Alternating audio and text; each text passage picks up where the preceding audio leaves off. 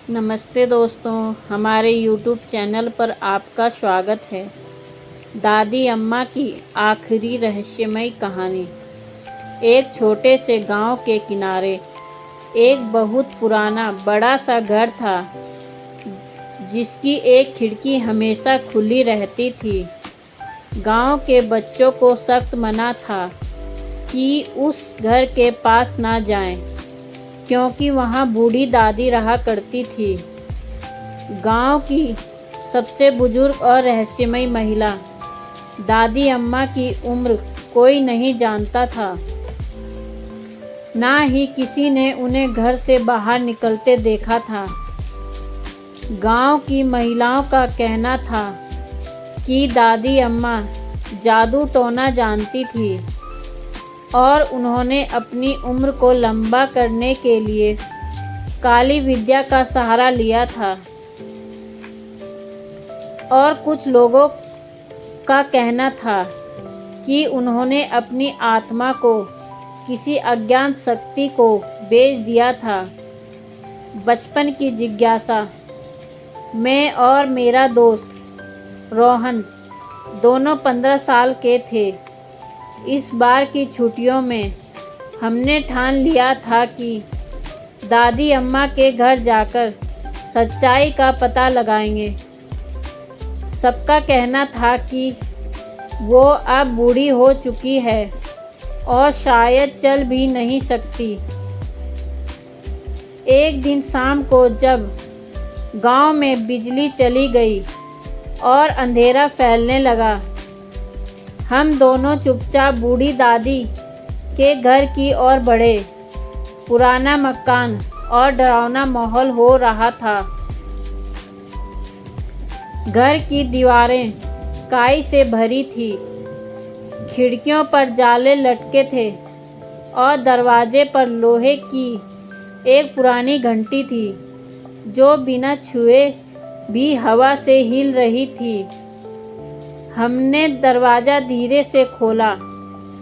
घर के अंदर ठंडी हवा और कुछ अजीब सी गंध थी।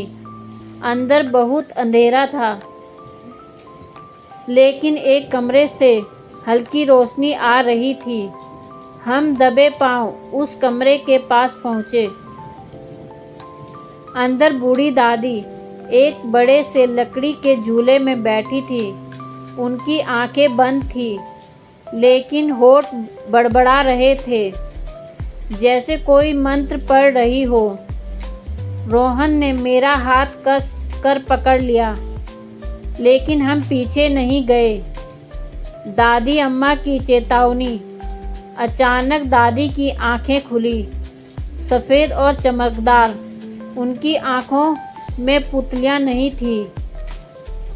उन्होंने एकदम सीधा हमारी ओर देखा और कहा, तुम दोनों क्यों आए हो उस चीज़ को जगाना जिसको मैंने वर्षों से बांध रखा है। हम डर से कांप रहे थे। रोहन कुछ बोलने ही वाला था कि दादी अम्मा खड़ी हो गई। उनकी उम्र से कहीं अधिक फुर्ती से उन्होंने आगे कहा, इस घर में एक आत्मा कैद है। वो मेरी आत्मा नहीं है, मेरी बहन की है। उसने मुझे मारने की कोशिश की थी, पर मैं बच गई। मैंने उसे इसी घर में बंद कर दिया और हर रात उसे सुलाने के लिए ये मंत्र पढ़ती हूँ। अगर कभी मैं ना रही तो उसे मत जगाना, नहीं तो वह सब गांव वालों को मार देगी। इतना कहकर दादी का शरीर कांपने लगा और फिर वो धुएं की तरह हवा में विलीन हो गई। हम डर के मारे चीखते हुए बाहर भागे और सीधा अपने घरों में छुप गए। अगले दिन गांव वालों को बताया तो सब हैरान रह गए, क्योंकि दादी की मौत तो 2 साल पहले हो चुकी थी। उनका मकान बंद पड़ा था, कोई अंदर गया भी नहीं था। कुछ लोगों का मानना था कि उनकी आत्मा अब भी उस आत्मा को रोकने के लिए वहीं रहती है।